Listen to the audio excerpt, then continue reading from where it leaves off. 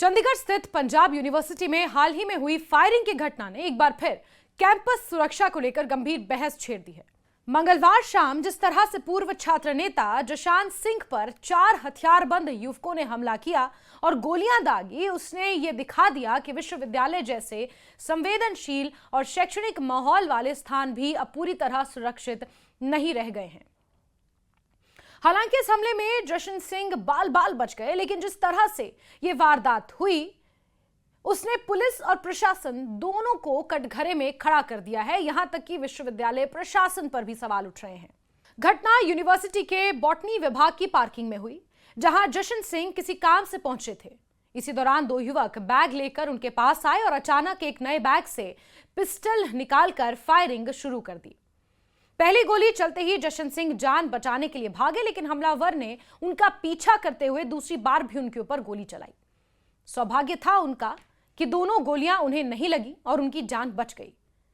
इस दौरान हमलावरों के 2 साथी पहले से ही चोरी की एक्टिवा पर तैयार खड़े थे, जिससे यह साफ है कि पूरी वारदात पहले से योजना बनाकर अंजाम दी गई। पहले से यह पता था कि जशंत सिंह कौन से डिपार्टमेंट में है, किस रास्ते से गए हैं, किस रास्ते से आ रहे हैं, किस दिन वो यूनिवर्सिटी जा रहे हैं, क्योंकि वो एक पूर्व छात्र नेता थे।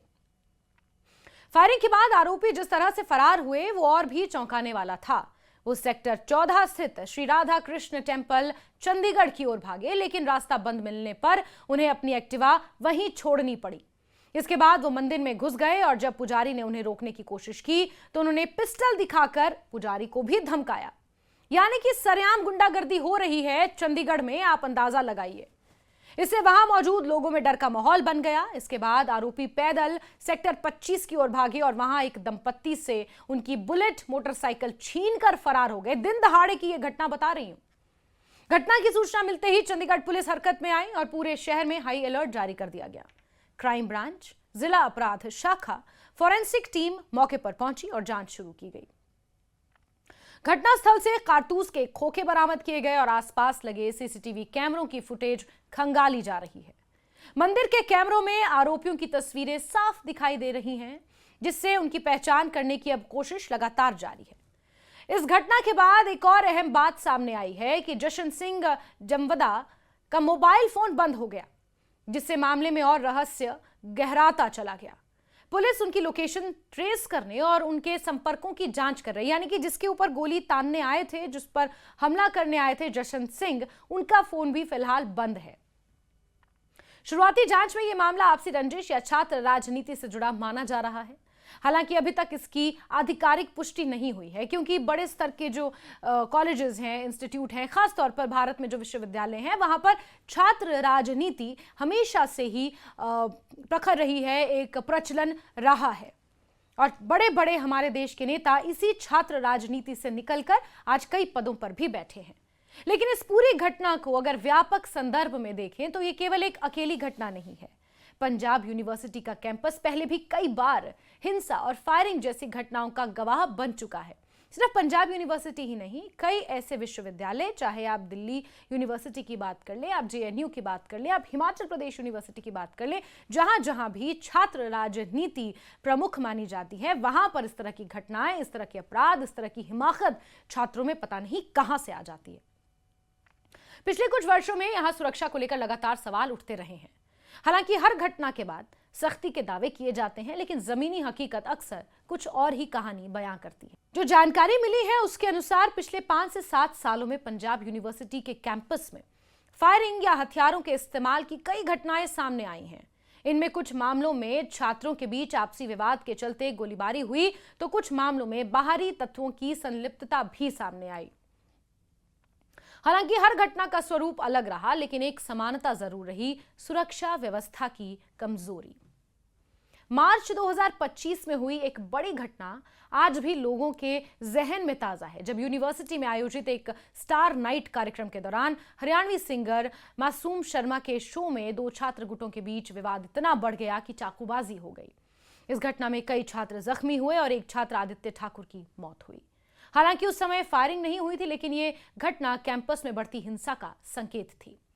इसके अलावा 2022 और 2023 के दौरान भी कैंपस और उसके आसपास फायरिंग की छिटपुट घटनाएं सामने आईं।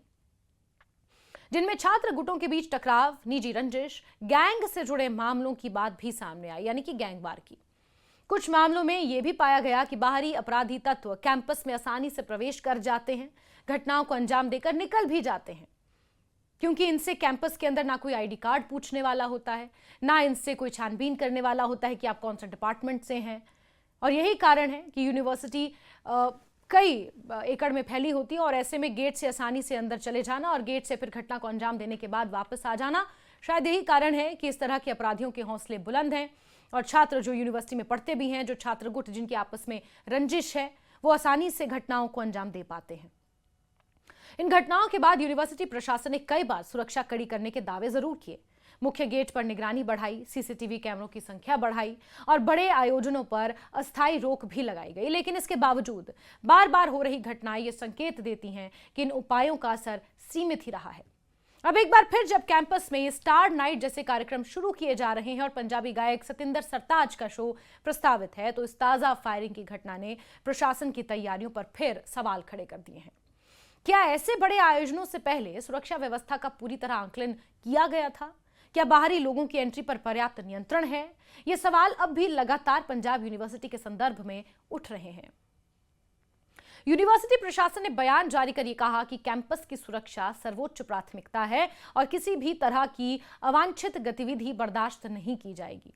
लेकिन हकीकत यह है कि जब एक के बाद एक ऐसी घटनाएं सामने आती हैं तो केवल बयान देना पर्याप्त नहीं होता। ये पूरी स्थिति ये भी दिखाती है कि छात्र राजनीति और आपसी रंजिश किस हद तक खतरनाक रूप ले सकती है। जब युवा, जो देश का भविष्य माने जाते हैं, हथियार उठाने लगें और विवादों को हिंसा के जरिए सुलझाने की कोशिश करें, तो ये समाज के लिए गंभीर चेतावनी है।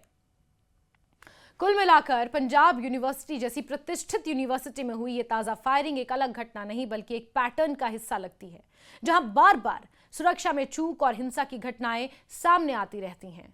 अगर समय रहते ठोस और सख्त कदम वाकई नहीं उठाए गए तो आने वाले समय में ऐसी घटनाएं और बढ़ सकती हैं, जिससे न केवल छात्रों की सुरक्षा बल्कि पूरे शैक्षणिक माहौल पर गंभीर असर पड़ सकता है।